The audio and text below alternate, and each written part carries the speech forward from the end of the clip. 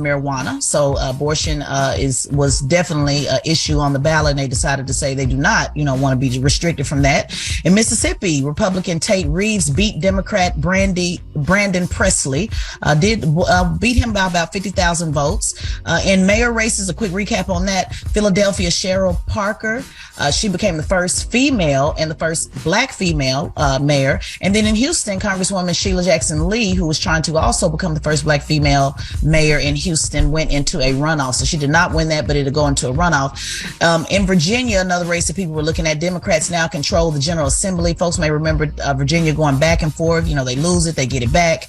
But this was really important because Republican Governor Glenn Youngkin, he had went around telling people, really on the campaign trail, asking Republicans to give him control of the assembly. He was really looked as an upcoming star in the Republican Party. And so Democrats only needed 21 to win the House, and they got 21. They needed 51 to win the Senate, and they got 51. So they, literally barely got it, but still a win is a win. And so folks are looking at that race as also, what you can look at to expect as you move forward in 2024. A couple more races too, Taz. Salute to everybody in North Charleston, South Carolina, man. Former North Charleston Police Chief Reggie Burgess. He's won the North Charleston mayoral race. He's the first Black person elected to lead the city of North Charleston, so salute to him. And in Charleston, South Carolina, Mayor John Tecklenburg and William Cogswell are going to a runoff on November 21st in Charleston, SC. So I don't know why y'all don't want to keep Mayor Tech in that seat, but you need to. All right. Yeah, well, that to Mayor Tech is front page news. Quick reminder that tonight is the Republican debate. So folks who want to watch that, there will be Chris Christie, Ron DeSantis, Nikki Haley, Vivek Ramaswamy, and Tim Scott. They will be debating tonight. And of course, Donald Trump is skipping this debate, but definitely look out for that. I'm interested to see, what they have to say, about the war. That has happened, since they had the last debate. So we'll make sure we bring you that report on tomorrow. Yeah, I don't even know why we keep saying Donald Trump is skipping the debates. He ain't coming. Nope. He done told y'all he ain't never coming. Nope. Okay, he ain't doing the debate thing this year, and still is wiping up all the other GOP nominees. God damn. Yep. All right. Now get it off your chest. 800-585-1051. If you need to vent, phone lines are wide open. Again, 800-585-1051. Get it off your chest. We're taking your calls when we come back, so don't move. It's The Breakfast Club. Good morning. The Breakfast Club. It's a new day. This is your time to get it off your chest. Wake up. Whether you're mad or blessed. It's time to get up and get something. Call up now. 800-585-1051. We want to hear from you on The Breakfast Club. Hello, who's this? Hey, Envy, what's up, man? It's Joey, man. Joey, what up, man? Where you calling from? Right, what up, though, man? You already know where I'm calling from, Envy. Detroit, what up, though? Hey, man. Hey, I just want to say that I'm fortunate that we are voting on this tentative agreement at Ford Motor Company Tuesday. Okay. Voting for what? The tentative agreement. I just hear agreement, brother. Tentative agreement. Tentative agreement. Okay. So you're getting a raise, it says, right? Yep. Well, congratulations, brother. Absolutely. But I appreciate it, man. We need y'all to. What's the vote? You need everybody to vote for the agreement, right? Yeah. Okay. So everybody's So got to hopefully vote. we get that. Yeah, everybody got to vote, yeah. Yeah, so can't tell you congratulations yet, but we wishing you the best, He definitely. got a tentative vote, so he got a raise right now. So he got a tentative, so he got a little raise now. So They gonna vote yes on it, man. Okay. Because everybody be getting that. We can't afford that strike money, man, so. well, good luck, man. And also, Just Hilarious is out in Detroit, man. She's doing comedy for a couple of days, so if you can, check out. All right, man. I got it. Oh, let me tell y'all where Jess going to be at, because I forget. Hold on. Jess is going I to think she's going to be at the soundboard. No, she's going to be at the Punchline. Okay. She's at the Punchline tonight and tomorrow. She got shows at 7 o'clock and 9:30. You can go to JessHilariousOfficial.com for more Hey, information. man, let us get her on our show, man. Hey, everybody keeps saying that. Yeah. So Detroit, if you're out there, please go check out Jess Hilarious. She's funny as ish, and it's a great date night event. So take your lady out or take your hubby out, and definitely go check it out. Hello, who's this? This is Jones. What's up, brother? Where you calling from? Yeah, man, I'm calling from Michigan, man. I'm calling from Michigan, way out in Michigan, man. We look at you every day, man. We listen to you every day, man. Boogie up to what y'all do. We definitely appreciate you, brothers. We appreciate y'all, man. Now the caller said, I'm trying to get it off my chest this morning, man. It says you locked up. You in prison right now? I am an incarcerated individual. Right now? Ain't the man just telling you he's an incarcerated individual, Well, he man? called from jail. I'm just asking. Can I get it off my chest this morning? Please. All right, Jesus, go ahead. thank you, man. I'm calling on behalf of us, man. I'm trying to put on for us. We got big things going on, man. Listen, Michigan is one of only like 3 or 4 states with no form of good time, man. We trying to get it there this time. We got opportunity. We trying to capitalize on. We are in need of signatures to get our good time ballot on the November 2024. In order to make this happen, we need signatures from Michiganders. If you watch this or listen to this in Michigan, I'm in here with you, man. They over there, they up there, we pushing it. TG, so if you are willing to sign our petition or even have several that would sign our petition, please respond to this email or text. You can call representatives. They got a representative at gtballot2023.org. That's a representative that's pushing that ballot out there. They pulling up for that signature, man. Help them help you. You want to go home? Shoot that shot, man. This is our time, man. Man, I know you make a great prison announcer. Like when you a great prison announcer. You get over the microphone and tell everybody what they need to be doing. We praying for you, man. We know what we going through. Yes, sir. All right, well. All right, brother. Have a good one, brother. Thank you, man. You too. All right. All right. That was lively. Very lively. Get it off your chest. 800-585-1051. If you need to vent, hit us up now. And salute to all the brothers and sisters listening to us that's locked up too. I know a lot of them are listening, so salute to those brothers and sisters. It's The Breakfast Club. Good morning. The Breakfast Club.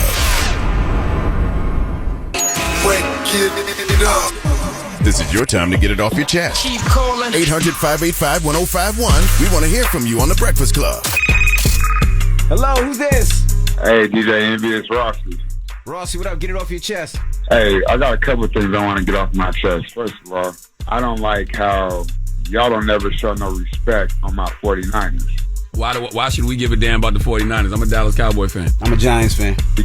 Because we spanked y'all this month, or this year, I mean. All the more reason that I don't give a damn about them.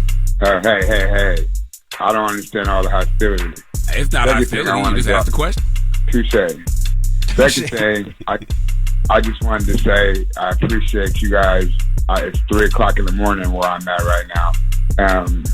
I will listen to y'all every morning. I wanted to see if I can get a birthday shout out to one of my kids. Yeah, you do it. Happy birthday. I'm going to keep the name confidential, but happy birthday, son. I love you, and I miss you, and I hope the year keeps giving you all the blessings you deserve. That's amazing, my brother. All right. I was trying to see if I can get what is the black effect hat? You want a black effect hat? Yes, sir. And a couple of do you guys have like audio books? Because I'm blind. And we can't send you audio books. You got to download the audio book. I wish I could, but you got to download the audio book. It's not possible. But we can send you a hat. Okay, cool. You put your hold. You hold on one second. We'll get your information. I'll definitely get you a black effect hat. Hold on. Get it off your chest. 800-585-1051. Now, when we come back, Jeezy had a conversation with Nia Long, and they talked about a lot last night, from divorce to relationships to a safe place for black men to imagine your mom pulling a gun out on you. We'll talk about it all when we come back. It's The Breakfast Club on BET. The Breakfast Club. Hey. Morning, everybody. It's DJ NV, Charlamagne the Guy. We are The Breakfast Club. Let's get to the rumors. Let's talk Cameron. Rumor has it. Rumor has it. Call out a name, or you gossiping, or you chatty patty. I'm gossiping. This is the Rumor Report. I mean, I guess we on The Breakfast Club. This is where the tea spills, right? Right. Now, Cameron and Mace were, of course, doing their show, It Is What It Is, and they were discussing Sukihana, and Cameron was saying, I think she was trying to throw some subliminals at me when she was in the car with me. I ain't know a bitch was trying to be subliminal with me and shit. You know what I'm saying? So I'm sitting there driving. You mind if I put my Bluetooth on? I guess I was playing too much Nas and and Hove and all that too. Yeah. Yeah. So then this song comes on. She says, I'm eating the ass. I'm eating ass. Then we switch. Now I'm his ass. And I said, are you trying to tell me something? Because look, let me tell you something about me real quick. I let you get in the gooch. That's as far as you go. When I say the gooch, that's under the. Don't touch my ass, yo. I'm not. Don't turn me on. And I know. Listen, now, have I got my ass eaten before? Pause. When I was a teenager, and listen. And when a ate my ass, my nights wasn't up, and I was now on my knees. Well, let's unpack this. Cam is hilarious, Let's unpack man. this. Cam is a rapper, so Sukiyana probably just wanted his opinion on her music. Maybe. Right? Maybe. And, you know, we all love Cam's honesty. He admitted to getting his salad tossed. Drop on the clues bombs for Cameron. Nothing wrong with that. I don't even think that deserved a pause, Cam. I don't think that deserved a pause. No, it doesn't deserve a pause. But it could. Maybe pause. she was playing his music, or maybe she was, shooting a shot. I doubt it. I think she probably was just wanted his opinion on her music. Maybe. Yeah. All right, now let's jump to Jeezy. Now, Jeezy had a conversation with Nia Long. They got candid. They talk about everything: love, life, legacy, and also their relationships. Jeezy talked about his divorce and what got him to that point. What happens when a man gets to the point where they're just like, okay, I'm filing for divorce? Integrity intact. I could never say anything that would not honor somebody. Absolutely. But I can tell you that this has not been a easy journey. I can tell you that I'm saddened. I can tell you that I'm disappointed. I can tell you that I'm uneasy. But again, God has put me in a different path. And that path is going to entail for me to take care of myself, and I can only do what I can do, right? And I can't expect someone else to do what I'm doing. But did you go to therapy with her? Yeah. Okay, that's good. Right. So you actually addressed it, tried to work through it, tried to do the work, and it just was like not happening. No. Well, then you tried. Well, that's some good therapy. F it, you tried. And again, that's Jeezy talking to Nia Long, and then Nia Long discussed her breakup. I had a really public breakup recently. It was a wake-up call for me in the sense of like, okay, you're going to do this on your own and you're going to be fine. Because the relationship was rocky for a very long time. So, because I don't believe another person can break anyone up. Like, I don't buy that, right? To your point with your son, I think my older son saw me trying to keep the family together, but I had to come to a place where loving myself was bigger and more important than saving anybody. Well, if you got to save your star player, if your star player is not doing good, the team Can we not talk players? Can we use a different, can we say the best horse in the race? Can we drop one of Clues bombs for the magic? The magic that black women, especially black women stars from the 90s possess. It's unmatched. Because what reason would Jeezy have to be sitting in front of Nia Long spilling his guts like this other than he's a fan of Love Jones? Yeah, but it's amazing. I'm saying it's amazing. It is incredible. Yes. But what reason? You're right. Other than you loved her in Boys in the Hood and Soul Food, would you have to be sitting in front of Nia Long spilling your guts the way that he did? As private as Jeezy is. That's crazy, right? And as much as Jeezy don't like to talk about nothing, and you give your first statements on your divorce to the good sister Nia Long, not mad at it. But drop one of Clues bombs for the magic that black women, especially from the 90s, possess. It is something about them, isn't it? Right. You got to check out the full interview. And he also talks about trauma and how he was molested as a child. What was the activation moment of trauma for you? The first was being left with a babysitter. There was a woman that was older than me, and her, touching and doing things to me that don't normally happen to kids. Right? Like molesting. Right, basically. Yeah. So I was introduced to sex at a very young age. Yeah. Second thing was that I had this lady that lived next door to us in an apartment. She was married to this guy. They had 2 kids. And it was around my age, and I used to hang out with them. And I was there one day. They got into an argument, and I heard them. And I heard that saying before, you wait till I get back. I'll be right back. And I heard some yelling, and all I heard was, he killed the wife? He didn't kill her. He shot her like 4 times. Oh, my God. Right? And eventually, they found me under the sink, and the police and everything was there. But they just stuck with me. I love it, man.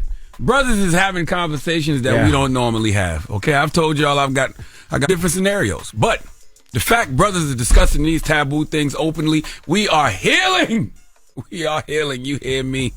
Yeah, you hear me? Well, like I said, you guys definitely need to check out the Jeezy and Nia Long conversation. I do want to play one more part, and this is a conversation that a call he received from Farrakhan.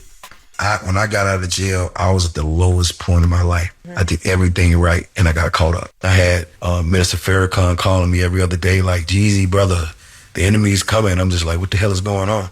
So why was he calling you? He called me and said, Brother Jeezy, your message is changing. The enemy is coming to get you. I said, with all due respect, Mr. Farrakhan, all my enemies in my neighborhood, I'm not going back there no time soon. He said, no, the enemy. But he was saying was that my message was changing and I was starting to educate my people. Oh, right? wow. And now here comes the enemy. And he wasn't lying. It was when I got to that arena to do my show in front of 30,000 people, it was my turn to go on stage. It was maybe 70 police back there waiting to take me to jail. It was a span of my life, maybe like 3 years, probably shortly after my first album. Like it was shootout to shootout. Like I've been in shootouts with my dad being right there. And it's like a combo of everything. Well, you always got to heed the minister warnings. You know, you got to heed the warnings from the minister, but also know you are divinely protected. So weapons may form, but they will not prosper. You hear me? All right. You hear me? Well, that is your rumor report. All right. Now, when we come back, we got front page news. Teslin Figaro will be joining us, and also Doug Melville will be joining us. He has a new book called Invisible Generals. That's right, man. It tells the amazing true story of America's first black generals, Benjamin O. Davis Sr. and Jr., a father and son who helped integrate the American military and created the Tuskegee Airmen. And it is the latest release of my book in print, Black Privilege Publishing, via Simon & Schuster. So can't wait to sit and chop it up with Doug. I had Doug on The Daily Show with me last week, too. So it's a pleasure to have him on Breakfast Club this morning as well. All right. Well, we'll get to front page news next. So don't move. It's The Breakfast Club. Good morning. The Breakfast Club. Your mornings will never be the same. Morning, everybody. It's DJ NV, Charlamagne the Guy. We are The Breakfast Club. Let's get in some front page news.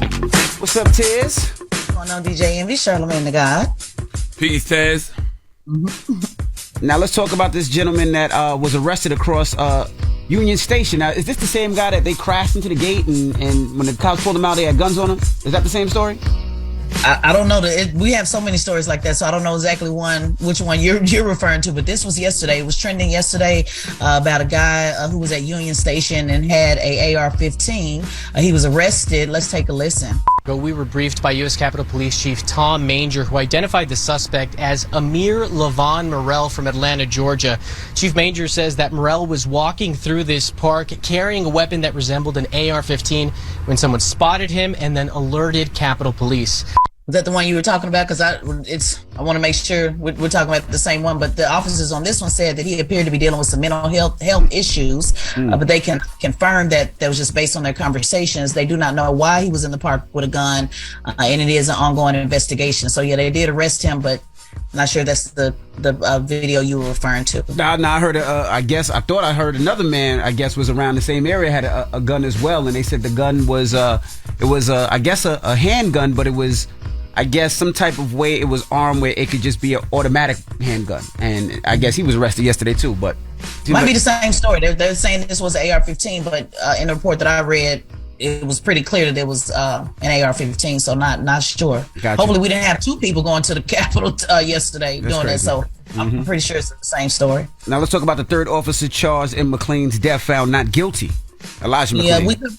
We covered this last week I believe it was last week when one of the officers was found not guilty. So a jury found Colorado Police Officer Nathan Woodward not guilty again in the death. As a reminder, this is the case where the 3 police officers responded to a call about a suspicious person that was just walking. Elijah was just walking to the store. They restrained him in a chokehold and he passed away. So to recap, one officer was convicted of negligent homicide and third-degree assault, but the other 2 officers were found not guilty. This is the second one. And then there are still 2 paramedics who are waiting trial later this month. Yeah, I don't understand how that works ever. Like, if you're going to charge one police officer, you got to charge all of them because, aren't they accessories to murder? If they just stood around and watched this young man, die and they didn't intervene to stop this young man from getting killed, shouldn't they be charged with murder too? Or they should be charged with something. Well, they were charged, but they were found not guilty. Yeah, so how? That's what I'm saying. Yeah. Like, how? Yeah, it's unfortunate. Especially again, it kind of reminds me again of Trayvon Martin. He was just going to the store, mind his business, and just hey, you look suspicious. So really, really unfortunate story, and prayers to his mother. I wonder how officers like that live with themselves, man. Like once they take a step back and they start this, I'm sure they see the same videos we see of Elijah McClain, and you start to hear what kind of kid he was. How do they live with themselves knowing they killed this innocent young man? Yeah, I don't know. Do they take a step back? That's the question. A lot of them step right in another position in another police department, unfortunately, which is why we keep trying to push that as an issue, that it should have a database, and these officers should not be able to be rehired. If nothing else, you need to find another career. So hopefully they do take a step back, but I don't know, Charlamagne. I don't know if a lot of them do. I'm just talking about emotionally and mentally. I ain't talking about professionally, but at some point you take a life, you still got to reflect on that life at some point. When you start to realize who that person was, you got to realize, like, damn, I messed up. Yeah. Hope so. But want to end on a positive note. I hate when we have to end on a negative note. Just Hilarious, Desi, and Glenn Tattoo Man Page. They held it down yesterday in Detroit, so I wanted to give them a shout out with that. And then shout out to my team on Tez on 10. We did premiere the show last night, had a premiere party at the Revolt Studios. I'm here now in Atlanta. So that was a really, really good time. So wanted to just great positive things going on as well, but still got to cover the other stuff. I wanted to end on a positive note. Well, congratulations again. Thank you.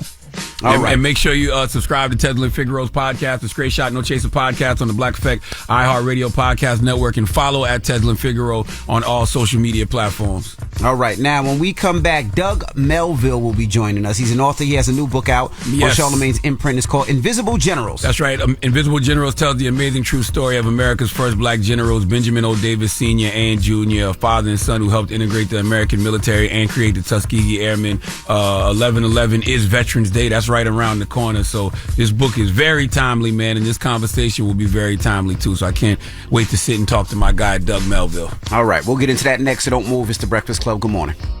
The Breakfast Club. Morning, everybody. It's DJ NV, Charlamagne the Guy. We are The Breakfast Club. We got a special guest in the building. Yes, indeed. We have the brother Doug Melville. Welcome. How you doing today, gentlemen? How's life today? Man, How's life happy today? to see you. It is release week for us, man. Invisible Generals is out. It is the new release off my book imprint, Black Privilege Publishing with Simon & Schuster, man. Happy to be able to put this into the world. Tell them what Invisible Generals is. Yeah, so Invisible Generals is my family story of America's first two black generals. And these two gentlemen, a father and a son, were critical to the integration of the United States of America's military, which was 75 years ago this year, and also were the two men responsible for getting the legislation passed to create the Tuskegee Airmen, and then the son commanded the Tuskegee Airmen. So these two men did so much in history, and out of the 335,000 people in the military at the start of World War II, there was only 2 black officers, wow, a father and a son, and they were the Invisible Generals, treated as if they were invisible as a way to get them to resign, drop out, or get dishonorably discharged from the military. But they used it as a superpower to help change America. When did you know that was going to be the title of the book? Probably from the beginning. You know, my dad, that was kind of how he presented the story to me about Ben and his father as the Invisible Generals. And I just liked the way it sounded. He said it kind of in passing to me, but it was something that, stuck on. And the more I researched and the more I got involved in it, the more you realized they were really treated like they were invisible. No one talked to them. They were silent. So that was the title that I thought was fitting. Not only them, their contributions. We talked about this on the Daily Show a little bit, but it's so fascinating to me. Like, tell them what they helped create. Create. Yeah. So a lot of times, when you talk about veterans or you talk about people in the military, you only talk about their military service. But the reality is there's so many more contributions. So Ben Davis Jr., the youngest of the two Invisible Generals, when he retired in 1970 from the military, he then went on to work at the Pentagon, and he was responsible for leading the efforts to create what is now known as the TSA. So there was only 2 airports in the whole United States that had commercial security, and there was a lot of hijackings and skyjacking. So when he came from the military, he said the first thing that I should do is try to, clients were starting to feel really uneasy. And back then, hijackers would board the airplane, take out weapons, they would run down the aisle, take everybody's jewels, and then open the door and parachute out. What? So this happens 70, 80, 90 times a month. I mean, if you look at the statistics, it's crazy, but airlines were just getting started at the level and scale that we know them today. So he said, we have to make sure that aviation is safe. And it was key to do the proper communication because he didn't want people to get scared and then not want to fly because you make everybody nervous to travel and things of that nature. So he said, there's two things that we have to do. Number one, we need to have people undercover and have them federally regulated to make sure, like, you know, passenger 57, like Wesley Snipes, you know, he has to go on here and like protect the plane.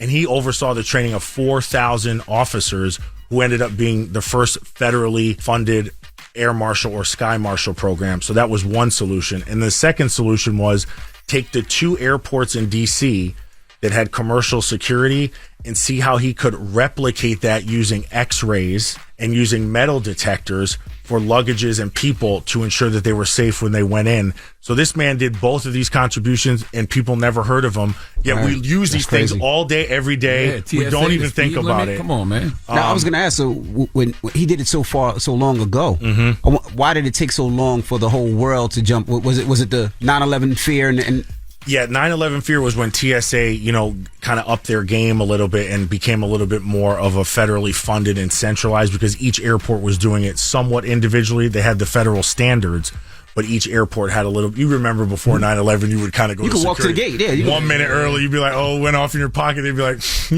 "You so crazy." Right. What's going on here?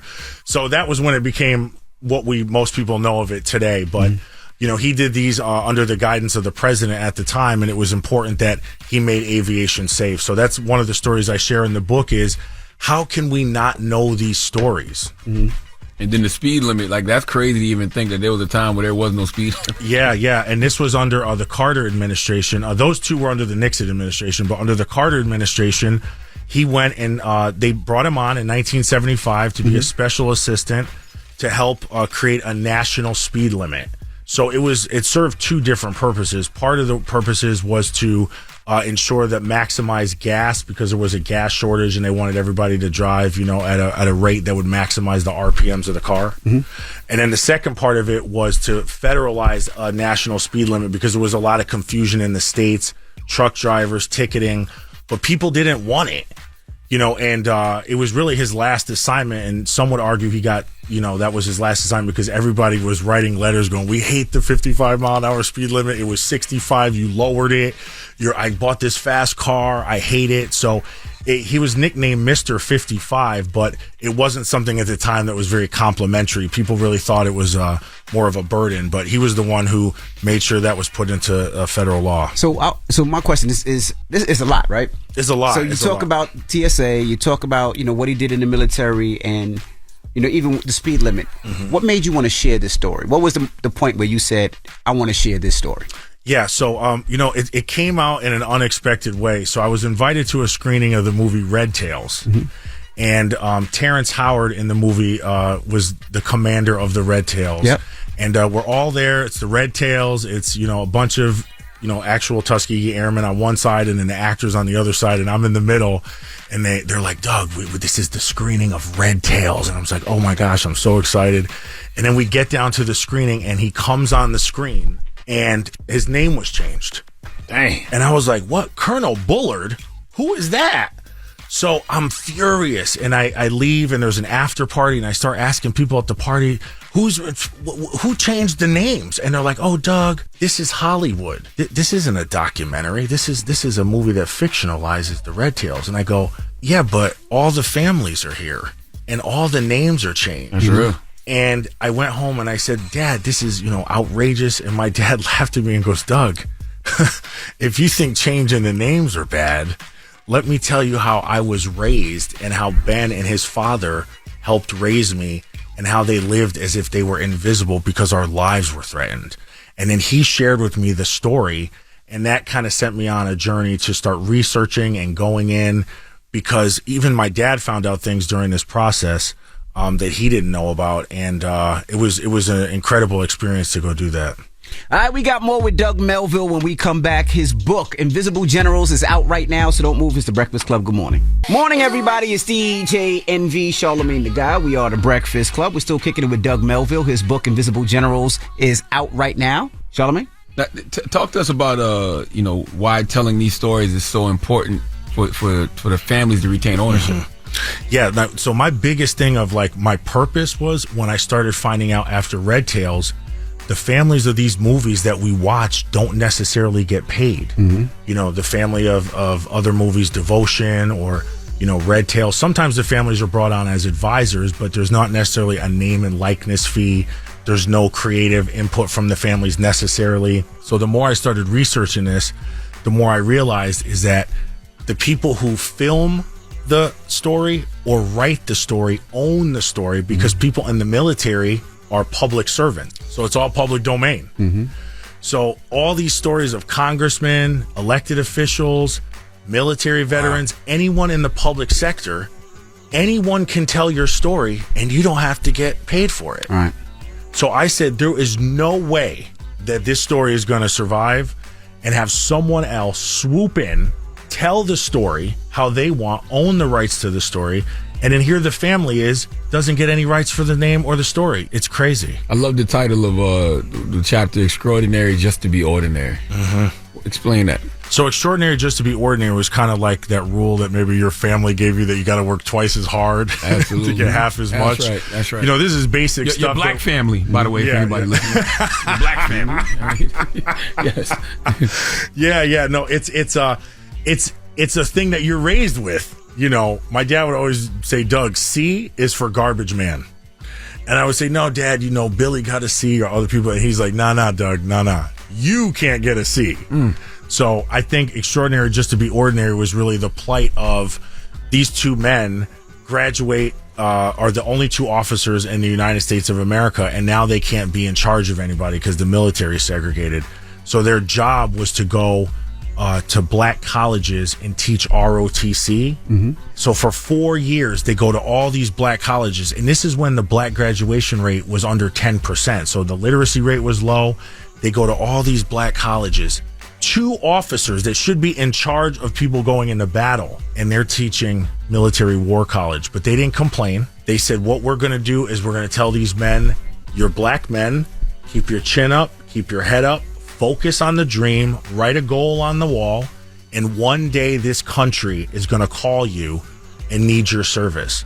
At the start of World War II, black pilots were needed, and all those men that they taught ended up being the 15,000 Tuskegee Airmen that went down to Alabama, and that was the creation of what the Tuskegee Airmen became. So when I said extraordinary just to be ordinary, you have to sometimes be 10 times qualified just to get a job that someone else did with a different background that you just, they just walked right into it. And crazy, this is real life stuff. I mean, this is like all of us. You see someone got 10 PhDs, and then this guy's like, oh yeah, but my uncle did it. Yeah, true. Right. So what's your thought on military now, and especially the way that they treated your family members and the way they've consistently treated black military men? What's your thoughts on it now? I think the military is evolving. I kind of look at it as like a heartbeat. It just goes in and out, in and out. I think the military now is in the best place it's ever been. There's more people looking at this subject than ever before. There's more people talking about it. There's more eyeballs on it. But just like any big organization or institution, more can always be done. But I think if you look at our Joint Chiefs of Staff, General C.Q. Brown, General Austin, the top generals in the whole United States of America are black men or men of color. So the military really has made a conscious effort to do better. And I think a lot of people are making an effort. I think the challenge is that the receiver of the effort, the people that benefit the most, always feel like everything's going too slow. Oh, why is it not moving faster? Oh, by the time I do this, I'm going to, be too old. So the military is trying to evolve, and I think that's all you could really ask. But I think it's our responsibility to also evolve it by bringing facts and stories that change the narrative. Black people in the military, their stories have been made invisible or have been erased, just like with, redlining. I mean, there's so many stories of all these different black communities flooded to become lakes. You look at Central Park. I mean, you look at all these different things and say, everything it keeps getting erased and deleted. So if we don't go back and ask our fathers and grandfathers and uncles and aunts what happened back in the day, we're never going to really get the real story. And then we have to take everybody at their word. And that word may have been skewed or biased based on the people who wrote the word, based on historians, based on what people chose to feel was valuable in writing. You know what I love, man? I love the fact that, when you look at all the books that are being banned and you look at things like critical race theory and how they're really trying to erase so many of black people's contributions. This is why books like Invisible General are so important. How do you feel about that? Yeah, I actually, it's funny enough, Shar, I asked if I could have a book ban meeting because I wanted to understand what constitutes a banned book. Hilarious. And I called everybody and we had a Zoom and I said, excuse me, can I request a banned book meeting? And they all get on the phone and they were explaining to me, if you bring up a side of alternative history, then that could be considered to be a banned book. Is there such thing as alternative history? It's either history or it's not. Well, that's right, but it's alternative to what is the general understood history that came out. So it's very subjective. It's the truth. Don't present the truth about history. Don't be showing up here with a new story that no one ever heard of and then try to get it put into the schools. But the thing about the banned books that's so wild, and think about it, we don't ban websites. We don't ban anything on streaming. But there's something about the book and something about the written word that everything stems off of that people want to ban, and it's just really odd for me. But the result of that meeting was they said that in the state of Florida, in the state of Texas, public schools and universities, sometimes public libraries may not actually carry the book due to the book ban, and it may actually end up on a list. That's crazy. Wow. And in the book, you also say a father figure inspires his men to achieve. I love that. Can you expound on that? Yeah. Ben Davis Jr. was really the many of the Tuskegee Airmen, the ones that are still alive, or you read stories, they looked at him as a father figure. And actually, Ben Davis Jr. had no biological kids of his own, but my dad was his oldest nephew. And when he found out his wife couldn't bear children, he wanted the same relationship with his son that his dad had with him. And they went to Connecticut and got my dad at 7, brought him down to Tuskegee. And my dad was raised by him and his wife, Agatha.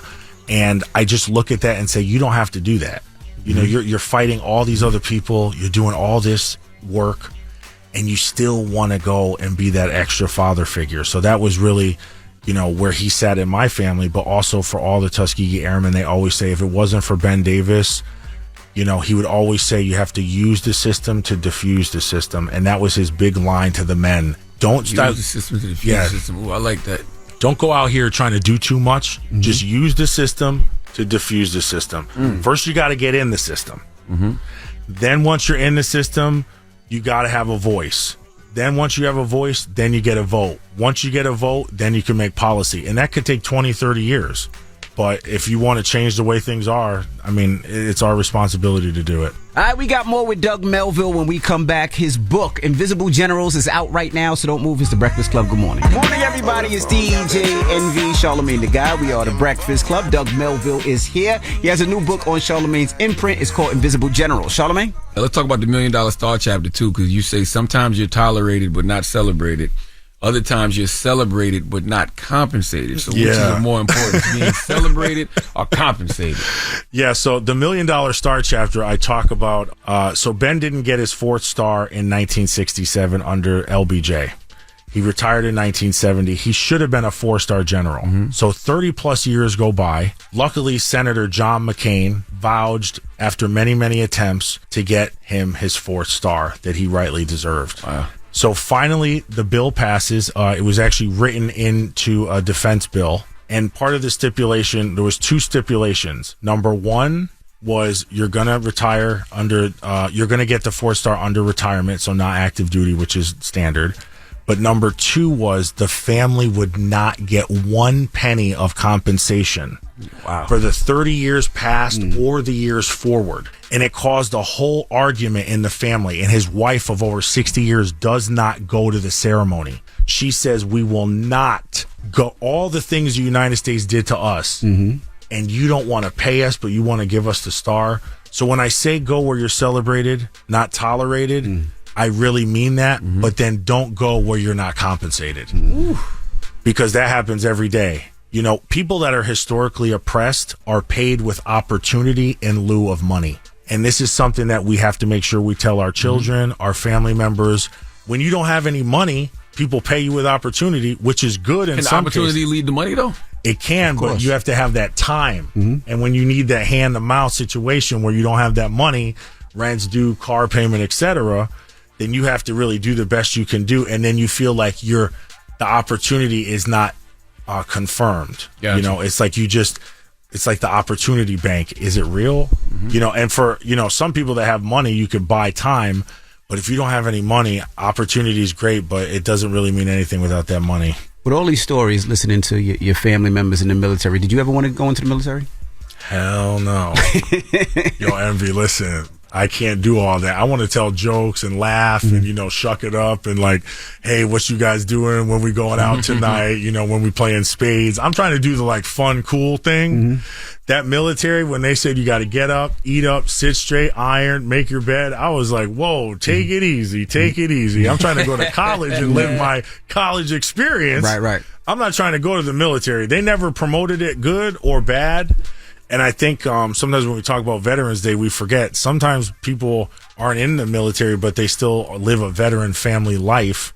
But I can tell you one thing. I think the military, it's a hard assignment. It's like West Point is like Harvard, but also with PT. You know, you still got to go through all the exercises and everything. But I'm not really trying to do all that. I'm trying to laugh it up. Gotcha. Hang out with the fellas. You know, what we doing on Thursday, Friday, and Saturday. You know, military is like, get one day off, quick. Eat up, stand up, sit up. I'm like, oh, man, I can't do all that. So what do you hope people take from reading Invisible Generals, man? I would like people to get from Invisible Generals. First off, we need to support our veterans and tell our stories of our veterans. That's right.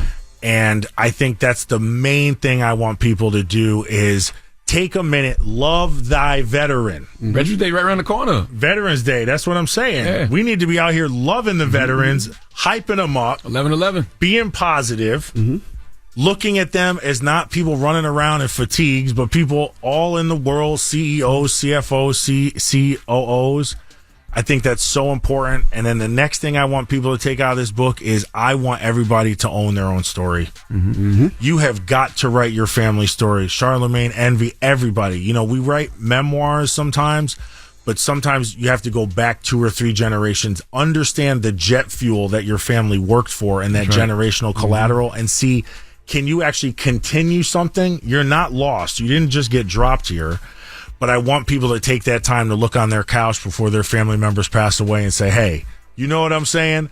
Let's go out here. Let's learn about our family, because I switched my career to become a diversity officer in corporate America when I found out my family story. You know, I was working in LA for Magic Johnson, and he was teaching me what diversity was, but I wasn't doing a diversity in a corporate environment. But the second that I found out my family story, I said, you know what? I'm going to make sure I make those who are invisible visible in corporate environments. And that was because I asked the people on my couch what they lived through. So if there's one thing to take out of it, that's what it would be. Absolutely. Veterans Day is 11/11. That's right. Right? 11/11 at 1/11. That's the time World War I ended.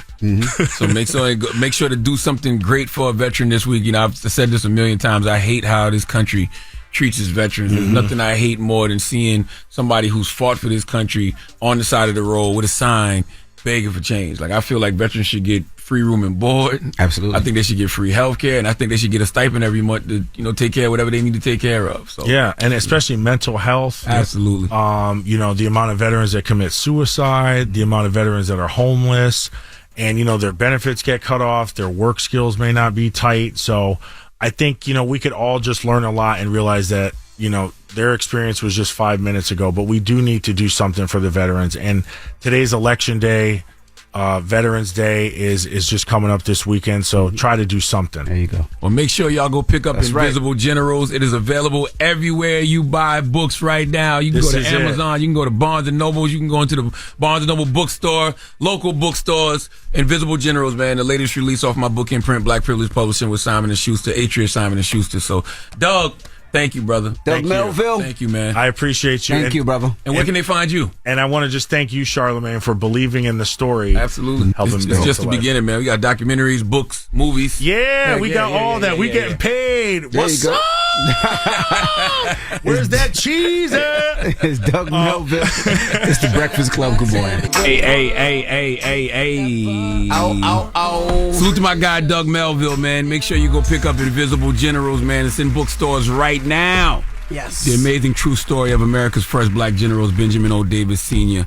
and Jr., man. Mm-hmm. Yeah, it's the latest release off my book imprint, Black Privilege, publishing via Simon & Schuster. So go get that. Right in time for Veterans Day. Yeah, shout out to the Breakfast Club producers. Some of the women up here were putting me on to some of the things that they are into. Like Sydney, one of the producers, was talking about cats and how she has a cat and all of the stuff that she goes with cats. And then sounds about right.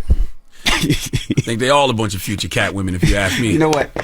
Okay, you ask Uncle Charlotte. I've been telling them that for the longest. I'm glad they're finally embracing it. Oh, boy. Okay. All right. You know what? Forget it. Let's get to the rumors. Let's talk Lori Harvey. Rumor has it. Rumor has it. Call out a name, or you gossiping, or you chatty patty. I'm gossiping.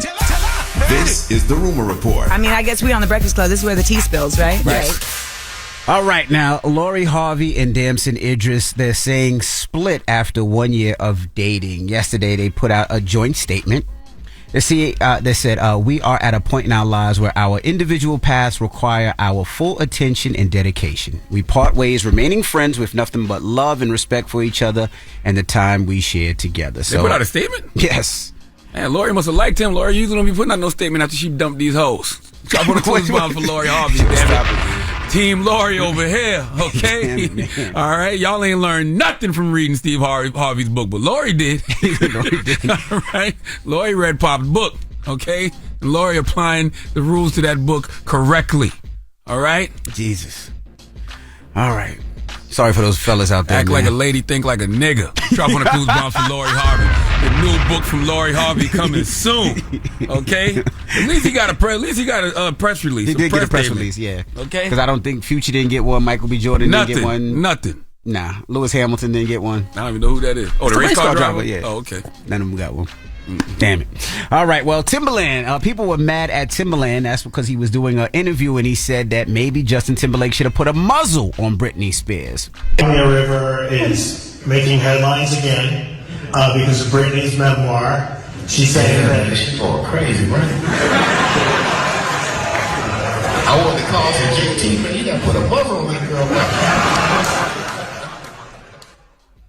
Well, people were upset about that. Britney Spears was super upset about it. They said, here's some of the comments. If you see Timbaland talking ish about Britney, it's because she refused to work with him in 2006 after he begged her to work with him. Somebody said, Timbaland who? Somebody else has said, Timbaland is a waste of sperm for being disrespectful to Britney Spears. The loser can go to hell. Well, man, Timbo wasn't talking, and that was not disrespectful. Timbo was from Virginia, man. That's how country folk talk. He was even you could hear it was kind of in jest. Yeah. You know what I'm saying? Like, come on, stop. But we know Timbaland as a person, so we know Timbaland is not that type of person. But Timbaland did apologize for hurting the fans' feelings and taking a quote unquote shit. Women, hell yeah. To all the Britney fans out, you right. I'm wrong. Muzzle. You know, it's just certain words that don't, like a dog. Like, she's not no dog. What the freak am I saying? Like, you know what I'm saying? It was just like, you know how you just got too comfortable. Just rambling at the mouth. Just don't know what you're talking about. That's Justin Timberlake, you know. But at the end of the day, it's none of my business. Well, if you felt like he owed her an apology, there's nothing wrong with that either. Mm-hmm. Apologizing. But that is a moment where he was talking freely in front of people he probably shouldn't have been talking freely in front of. Mm-hmm. That's all. Yeah, and Tyler Perry, he was on The View talking about a new project that's coming out that's dedicated to his late mother. He was talking to the host, Sarah Haynes, and started tearing up a little bit when talking about his mom. It was so well done. Yeah. So thank you. Really, I'm very proud of them. They did a great job. When I met Maxine through all of it, I didn't know her. Yeah. But it shows just how much you endured as a child. Okay, wait a minute. That one took me. But you met. Oh, that. Yeah. You met my mother through it, man. That's wow. You really got me there. I'm sorry. I need to get myself together. Hell. I'm sorry, we're talking about yes. I just imagine a woman who's lived her entire life with so much pain, and she was always worried about everybody else. And I think I watched her get sick, I watched her get cancer, I watched her have all of these things because her intention was, are you happy? Are you okay? She never put herself on the list. So to say that this documentary that Galila and Imani did about my life introduces her to the world, that moves me. Let me tell you something, man. Tyler Perry documentary, Maxine's Baby. I had the pleasure of seeing that documentary some months ago, and it is very, very, very, very powerful. One of the best documentaries I've seen in a long time. And, it is, when you watch the documentary, you realize it is the greatest honor a son could give his mother. Because he was God's gift to her, and she shared her gift with the world. It's a very inspiring documentary, man. Absolutely. Can't wait till people see it. It's called Maxine's Baby, the Tyler Perry story. That's right. And when you watch it, man, there's so many gems in it because, you're going to feel, I feel like watching it, when I watched it, men, we don't really unpack a lot of issues with our fathers or father figures, but, Tyler Perry does that a lot in this documentary. And I think, unpacking, our issues with our fathers, our father figures is imperative to our healing. All right. So, yeah, I can't wait till everybody gets to see Maxine's Baby. All right. And salute to Tyler Perry. And that is... I think it's coming on Amazon. Amazon? If I'm not mistaken. Yeah. Okay. And that is your rumor report. All right. Now, Charlamagne, who you giving that donkey to? Man, 4 after the hour. Okay? I need... Who the hell am I giving donkey to?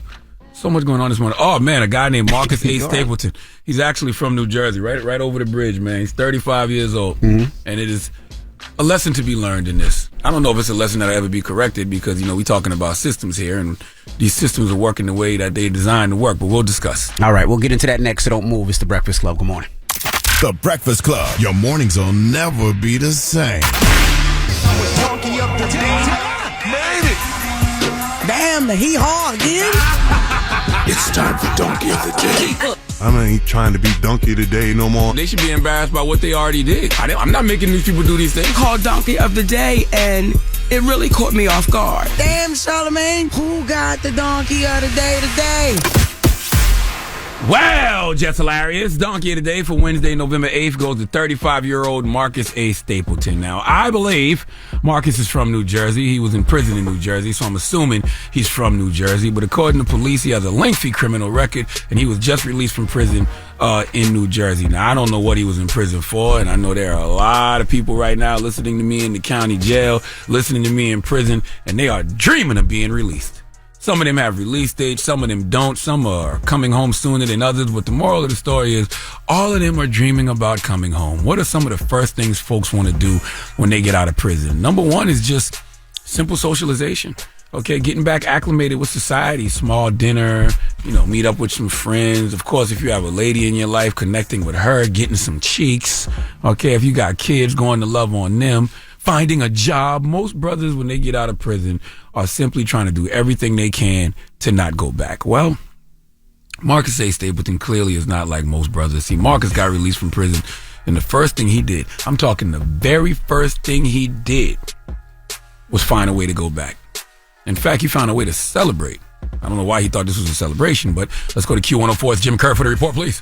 A man just released from prison in New Jersey celebrated the accomplishment by stealing an ambulance, smashing into a convenience store, and hitting a state police cruiser. Marcus A. Stapleton, age 35, is accused of crashing the vehicle and then fleeing on foot before being captured inside a nearby factory. The incident occurred shortly after 1 a.m. Monday, when Stapleton told the convenience store clerk he had a body in the ambulance and needed directions. The clerk gave the directions and then immediately called 911. Stapleton then went back to the store asking for more directions. That's when the suspect hopped back into the ambulance and drove it into the front of the store before driving off. 2 police officers then stopped their cruiser in the street, hoping to stop the ambulance. However, the vehicle did not stop, instead hitting the passenger side front fender of the cruiser. That's when Stapleton fled on foot and attempted to hide before cops busted him. Stapleton has been charged with theft, aggravated assault, and other related charges. Need I remind you, he did all of this immediately after just being released from prison. Immediately, ASAP, okay? Now, they said he's a disabled veteran and was staying with his wife. Well, that's what he said. He said he's a disabled veteran and was staying with his wife after getting out of jail in Bergen City, New Jersey. Marcus, if you got a wife, you're not acting like it, because after being in prison, I would have been trying to do everything in my power to stay up under my wife's cheeks, okay? You, sir, acting like you left Bae behind bars. Maybe he did. All right? The man must got a boyfriend in there. Only logical explanation, okay? He told Boo, I'll be back in time to spend Thanksgiving with you. And man, is he keeping promises, okay? Police said he has a lengthy criminal record, all right? This man is institutionalized. He has no idea how to operate outside of prison. All those things, you know, I described to you, getting a job, getting acclimated to society, that's too much for him, all right? See, he didn't even get out and commit a crime that had anything to do with trying to get some money. He wasn't even trying to get back on his feet. He got out, stole an ambulance, and drove into the wall of a convenience store and then hit a state police cruiser. That man was trying to get back to the boo, the boyfriend he left behind. All right, to quote a future NBA Hall of Famer, he was thinking about that meat. All right, Marcus A. Stapleton had that meat on his mind, and he wanted to get back to it because ain't no way. All right, some people just career criminals, man.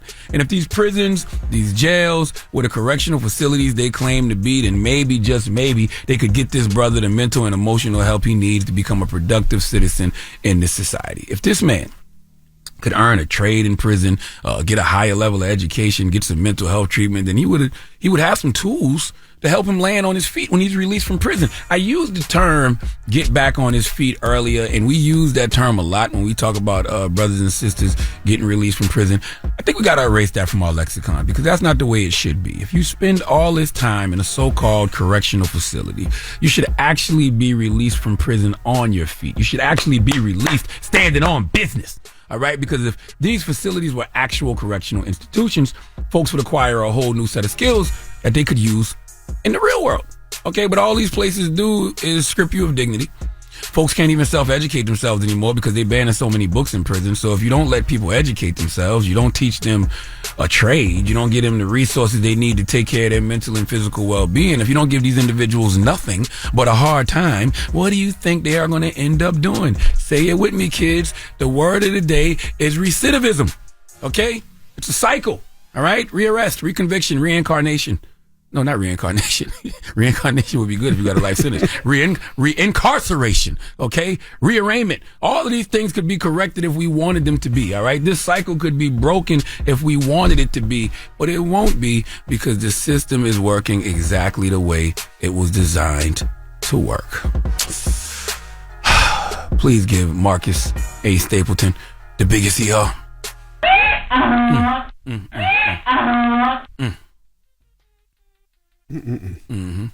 All right. Well, thank you for that donkey today. Yes, indeed. You want to play a game? Nope. No? Not in a little game? Oh, God. All right. All right. I guess we'll play a game of Guess What Race It Is! All right, DJ NB, Marcus A. Stapleton, 35 years old, of New Jersey, was in prison, has a lengthy criminal record, was released from prison, and immediately went to go steal an ambulance, ran it into a convenience store, then ran into some state troopers. DJ NB, guess what race it is? This is not an easy one. White. Why do you think he's white? I'm just asking. I don't think black people want to go back to prison. Once we out, we're not trying to go back. But then again, if he had cheeks, he might have been in love with his cheeks and was like, I want to go back and say boo. But I don't think that's the case. I like booty. The hell is boo butt? I say boo butt. Anybody want to go see his boo? That ain't what you said. You said something about boo butt. I ain't never heard that. You be unlocking new levels of gay every day on this radio. You be saying stuff. Gay people be looking at the radio like, what is a boo butt? What is a boo butt, Rashawn? You tell me right now. What is a boo butt? Damn. That sounds like you come with some milk. Sound crunchy and sweet. Boo butt. Boo butt cereal. right next to it. Damn. Well, you're wrong. Okay? The man is... He's a Negro. Right? Damn. Well, you wanted to go see his boo butt. Oh, man. All right. They need to make these correctional facilities actual correctional facilities. Okay? Give these brothers some skills. All right? And some tools that when they get back into society, they can be productive citizens, okay? All right. Well, thank you for that donkey of the day. BET, we'll see you tomorrow. Peace, BET. Everybody else, let's open up the phone lines. 800-585-1051. Women, how do you shoot your shot? Now, this conversation comes from two different This comes from things. all the single women up here at the goddamn Breakfast Club. Well, that too. It's Sim's birthday. That too. They got Sim back there about to cry. Let me tell y'all what they got Sim. They got Sim these blow-up dolls, right? Yeah. And these blow-up dolls of men. Right. And they put pictures of all the men she like on the dolls. So Right. it's Kodak Black, Serge Ibaka, and Burna Boy. And Burna Boy. That's right. And then they got her, I don't know what village this is. What village is this, Eddie, that y'all got? They got some village. It's an African village. They got some village on the continent to do a happy birthday thing to Sim. And they holding up her picture and singing her happy birthday and all of that good stuff. So she ain't there about to cry. Right. You know what I'm saying? He got so scared. He thought Sim was coming here to bust him in his head. They be jumping me, man. I gotta make sure. That's Taylor. Taylor, show him. See, that's Kodak Black. So the question is, okay, this Serge Ibaka. Women, how do you shoot your shot? There was a video that went viral a couple of days ago. There was a lady in the gym. She was trying to shoot her shot at a man in the gym, and she was throwing her hair back and working out next to him. He didn't shoot his shot. That's right. Smart man. Sukiyana allegedly tried to shoot her shot at Cameron. She jumped in the car with Cameron and played eating your, and I'm eating your, and he's eating mine. And Cameron was like, "Was that a subliminal?" So, ladies, how do you shoot your shot? I actually asked Simma, who was today's her birthday. She said she stares at a man 3 times. First of all, she's 4-eyed. She got glasses. Okay, so that ain't gonna work. All right, we got to start putting things in proper context. See, you don't be talking to. I be talking to the nieces the way they need to be talked to. Okay, I can't see you through your glasses. You got big prescription glasses. Here. Where's Sim at? Sim won't come here. Where's Sim at? Jesus Don't Christ. come here without your glasses either, Sim, because you're gonna bump into stuff. You keep your glasses on when you come in here. How you gonna make eye contact with these? She looked like Sexy Red around the eyes too with the prescription glasses. Look, come on now. I don't even know when you're looking at me right now. So happy birthday, Sim. So Happy the question birthday, is, Sim Sema. Women, dropping the clues bombs to Sim Sema. how do you shoot your shot with men? Sim, get on the mic one time. I asked you earlier, how do you shoot your shot, and what did you say to me? First, I just want to say I don't have a crush on Kodak. That was a complete joke, and I want to clear that immediately. Okay. And secondly, You do have one on Serge Ibaka. I introduced you to Serge And also Ibaka. Burna Boy. I never said I had a crush on Burna Boy. I introduced her to Serge Ibaka. She fumbled. Bad. No, you fumbled it, but that's not what we're talking about here. Yeah. Look, he said we have to rap. No. So just You quickly. know what? We do got to rap. Okay, we'll do it when we come back. Because we talk about women shooting their shot, and we'll do it when we come back. So don't move. It's the Breakfast Club. Good morning. The Breakfast Club. Morning, everybody. It's DJ NV, Charlamagne the Guy. We are the Breakfast Club. Now, if you're just joining us, we're talking to women this morning, asking women how do they shoot their shot. Now, this conversation comes from All a the couple of single different women reasons. here at the Breakfast Club. One, there was a video that was went virally the other day about this woman. She was in the gym trying to shoot a shot with a guy in the gym, and the guy paid her no mind. The other was Sukihana and Cameron, where Cameron felt like Sukihana was kind of throwing him subliminals. Let's hear it. I ain't know a bitch was trying to be subliminal with me and shit. You know what I'm saying? So I'm sitting there driving. You mind if I put my Bluetooth on? I guess I was playing too much Nas and and Hove and all that too. Yeah. Yeah. So then this song comes on. She says, "I'm eating the ass. I'm eating ass." Then we switch. Now I'm eating his ass. And I said, "Are you trying to tell me?" Because look, let me tell you something about me real quick. I let you get in the gooch. That's as far as you go. When I say the gooch, that's under the. Don't touch my ass, yo. I'm not. Don't turn me on. And I know. Listen, now, have I got my ass eaten before? Pause.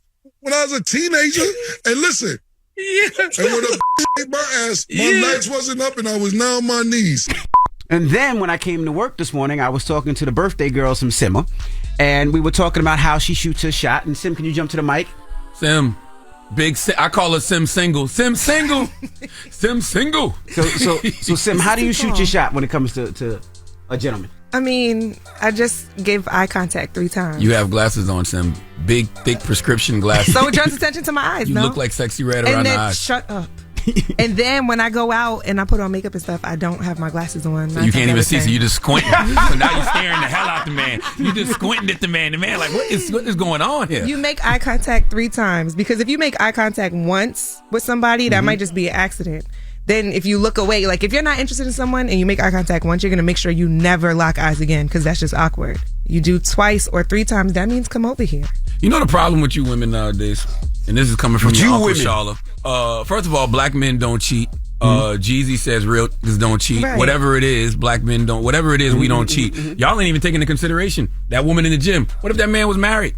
What if that man was in a relationship? That's why he don't you got no business looking at you making squinty eyes or googly eyes or whatever the hell it is you're doing. He's ignoring you because he might be in a relationship. Did anybody ever think of that? Did that ever cross any of these women's mind? Or he might be gay. Or he might be gay. The sense of entitlement that women have is crazy to me. That's not entitlement. That is very much entitlement. I feel like eye You might contact be is making very eye contact subtle. with a married man, Sim. But it's not lusty. It's just eye contact. If you're available, you can come over here. If you're married and you mind your business, you made a great choice.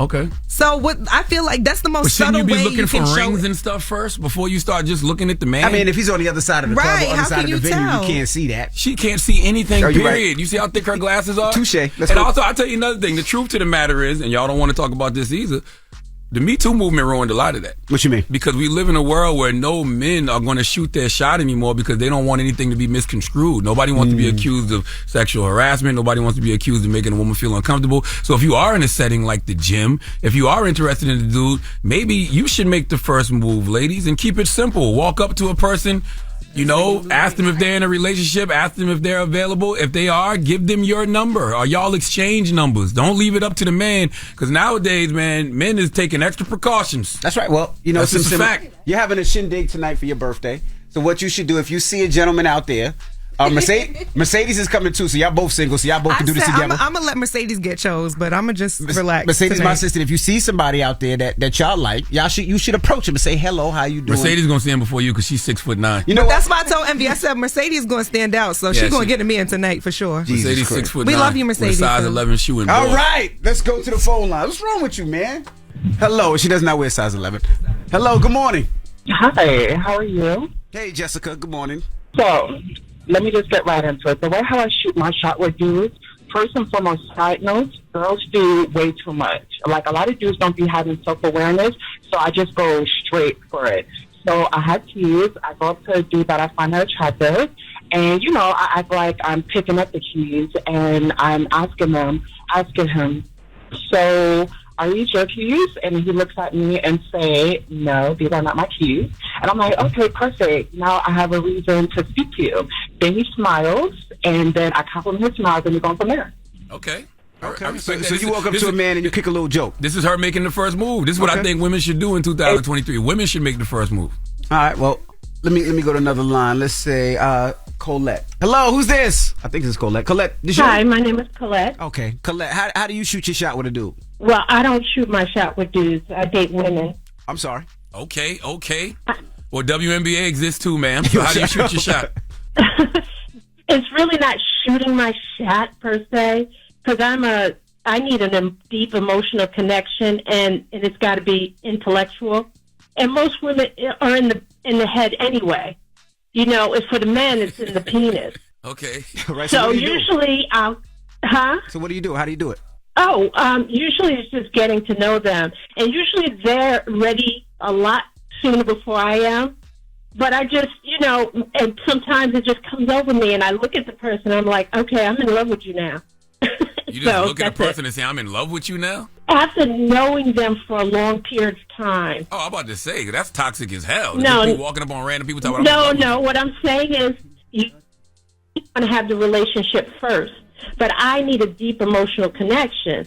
So after having a long relationship with them, platonic, I'll often look at them and say, okay, I'm in love with you now. We understand everything you're saying, Queen, but I'm talking about before we get to that. Yeah, you got to talk to them. What's the first initial steps? Well, Colette, are you the? Can I say stud? You can use the word stud or no? Yeah, you can say stud. Colette, are you the stud? Yeah. No, I don't. No, I don't male identify. I have a very masculine presentation, and I have always had that as a child, from a child to an adult. I ain't even trying to get into all this. I just want to know, how do you shoot your shot, man? I'm not a stud. I didn't say you was a stud, man. She said she comes off masculine. She said she comes off as a masculine. Okay, let me try to explain this. When you first meet a person. Correct. You're in a club. Yes. How do you talk? How do you kick it to them? Gotcha. Usually it's got to be a physical attraction at first. And, you know, I usually shoot my shot with humor, because women love humor. I wouldn't talk to you. And you take too much time. intelligence. You taking too much time. Right. Yeah, That's nah. what I'm saying. Oh, I don't talk to dudes. You're right. Colette, are you single? At the moment, yes. Yeah, figured it. All right, thank you, Mama. Damn. No, I mean, because it's you just ask her how you shoot a shot, and she's gonna tell you 13,000 things to do, but nothing to shoot a shot. Well, she probably got ADD. She sounded like that little boy you showed me on that meme yesterday. The little boy.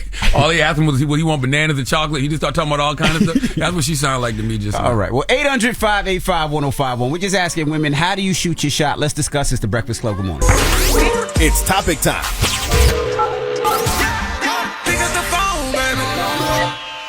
Call 800-585-1051 to join into the discussion with the Breakfast Club. Talk about it.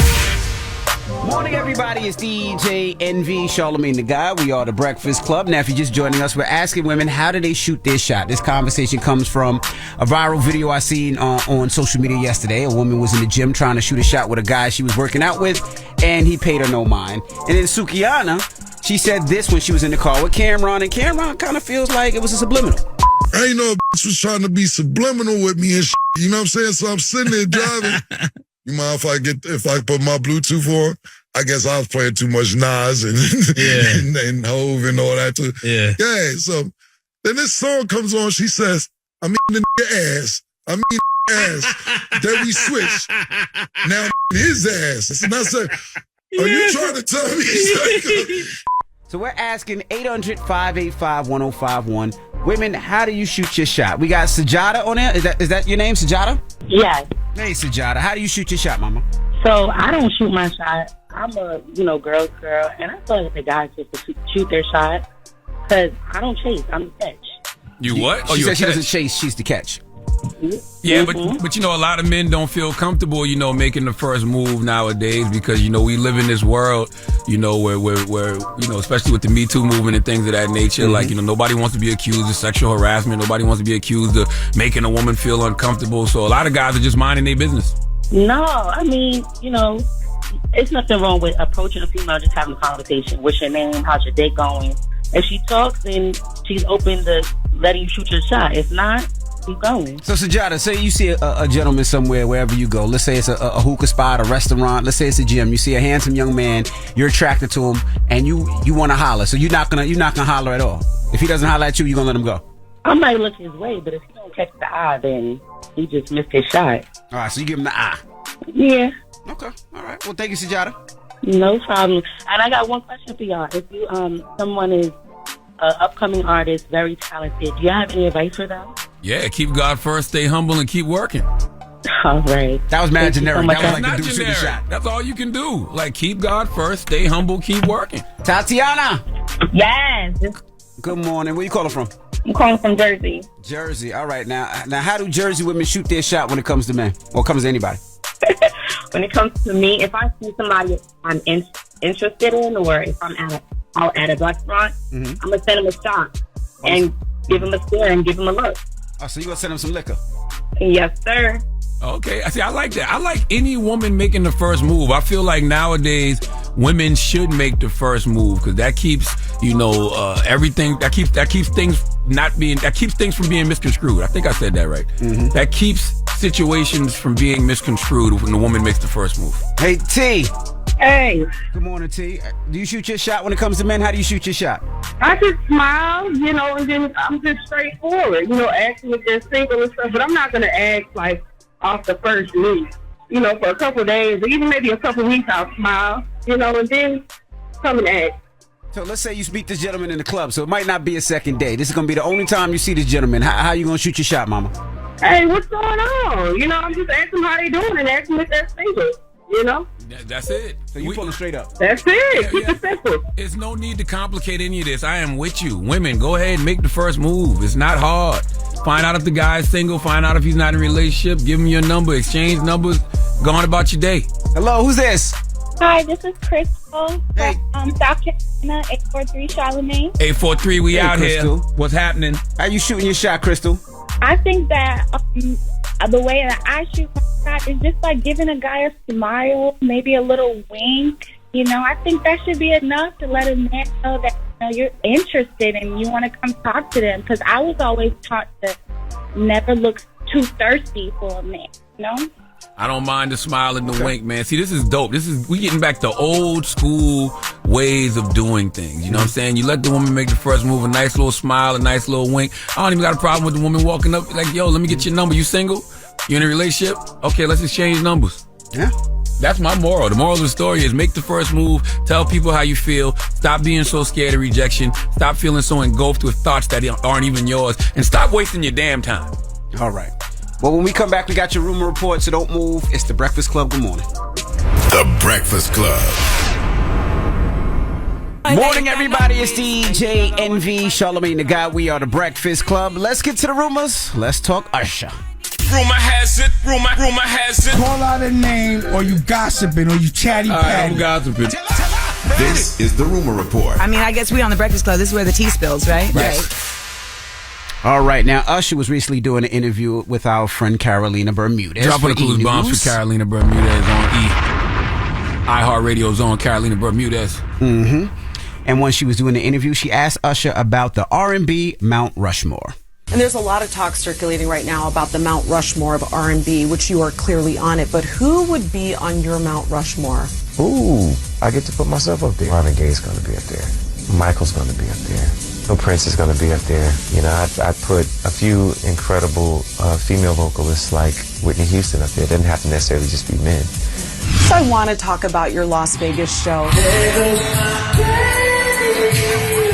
It's a magnet, you know. I think that Las Vegas has always been a place where, you know, you go to, you know, one, have fun, but more than anything, you go to celebrate.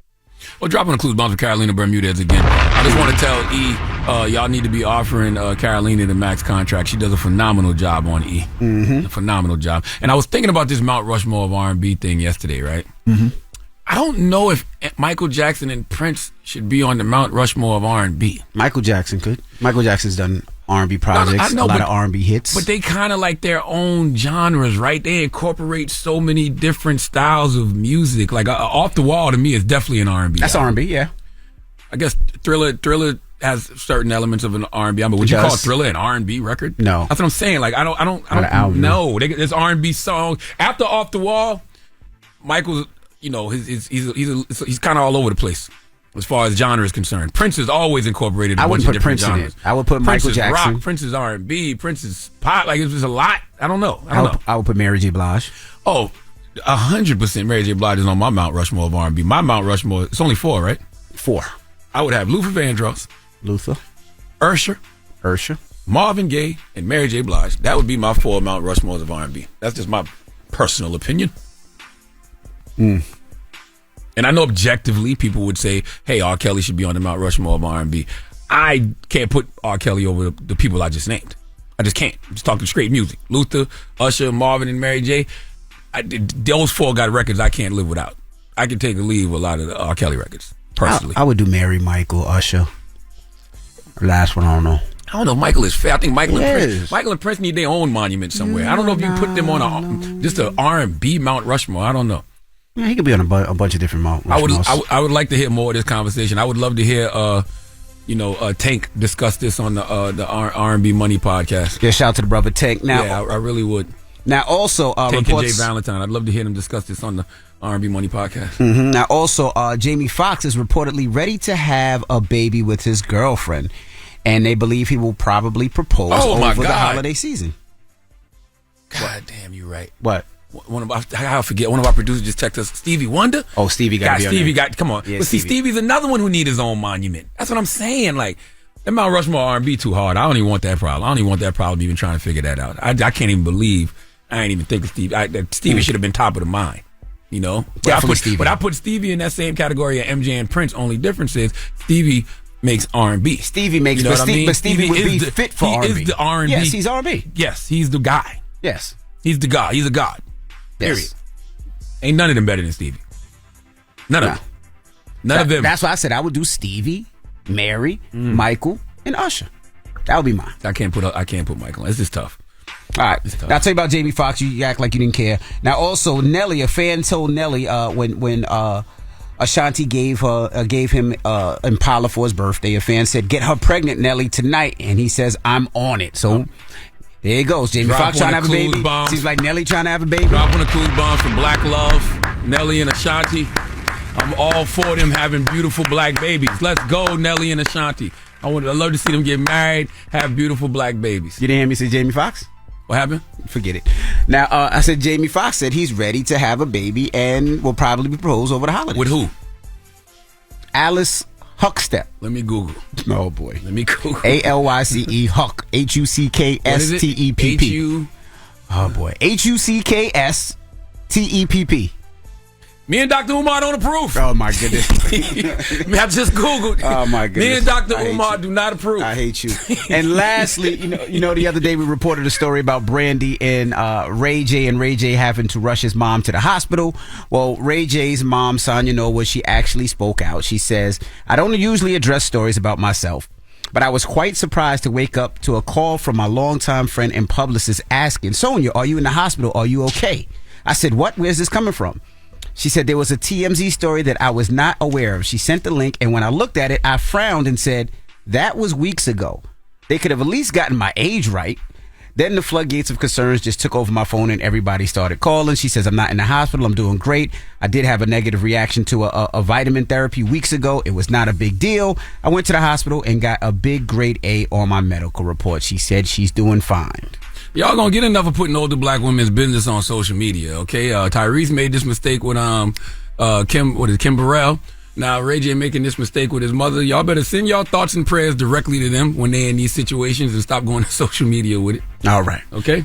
And that is your rumor report. And I also want to say, too, salute to my good brother Andrew Schultz, man, my friend, my business partner, my partner on the Brilliant Idiots podcast. He announced yesterday that he was bringing The Life Tour to Madison Square Garden on May 4th. Tickets went on sale at 9 a.m. yesterday and sold out within 90 minutes. Wow. So dropping the cool bombs for Andrew Schultz. It sold out the Garden in 90 minutes. You got a pardon A for selling out the Garden in a day. So he announced the second show, and those tickets go on sale today at 9 a.m. Right now.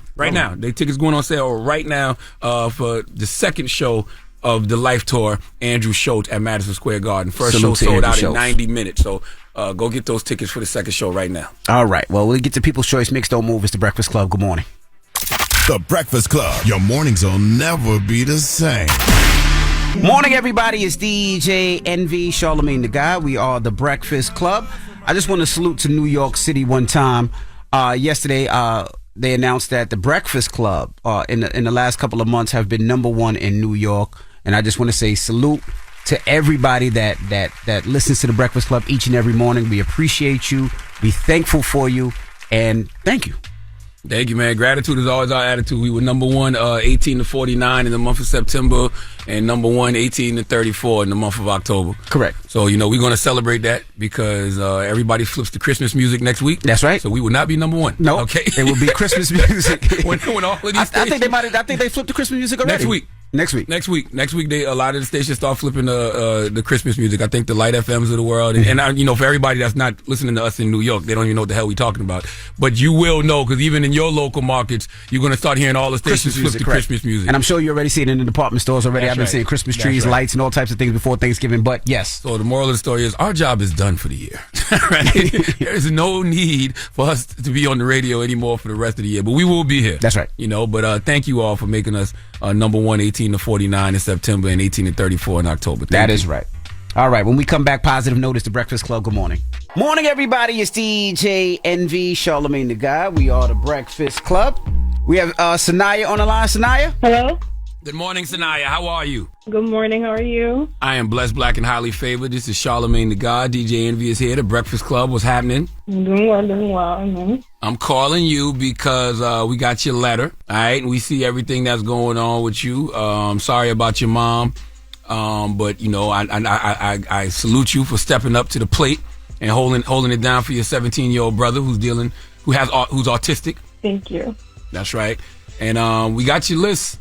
And we saw everything that you want. So we're going to take care of it. Thank you. We're going to take care of it, Sanaya. We're going to take care of everything on your Amazon wish list. We appreciate you, too, because I see that you are an Uber Eats driver and Amazon driver, man. And, we salute you for your service, man. Thank you very much. And it is a privilege and honor to be able to do this for you, okay? Thank you so much. All right, Sanaya. Salute to our friends at Amazon. Mm-hmm. You can still upload your Amazon holiday wish list right now at breakfastclubonline.com. And we got another brother on the line. Quan's on the line. Quan. Yo. Quan Washington. What up? It's Charlamagne? Yeah, this Charlamagne. What's up, King? How you doing, brother? That's crazy. I'm well. How are you? You got a very black name. I know it's been hard for you to get an apartment, Quan Washington.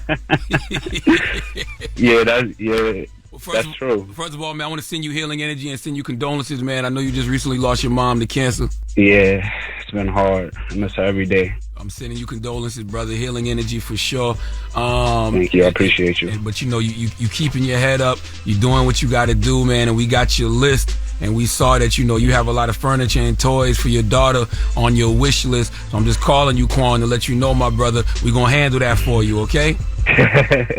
Yeah, thank you. That's a blessing. The Breakfast Club and Amazon, we're going to handle that for you, man. So you enjoy your holidays, my brother. Salute to you, man. And you keep God first. You stay you stay humble and you keep working, okay? Mm-hmm. For sure. All right, my brother. Wishing you all a wonderful holiday season. Salute to our friends at Amazon. Mm-hmm. You can still upload your Amazon holiday wish list right now at breakfastclubonline.com. I really, really appreciate Amazon for doing this, man. Right. I really, because, we do change for change every year.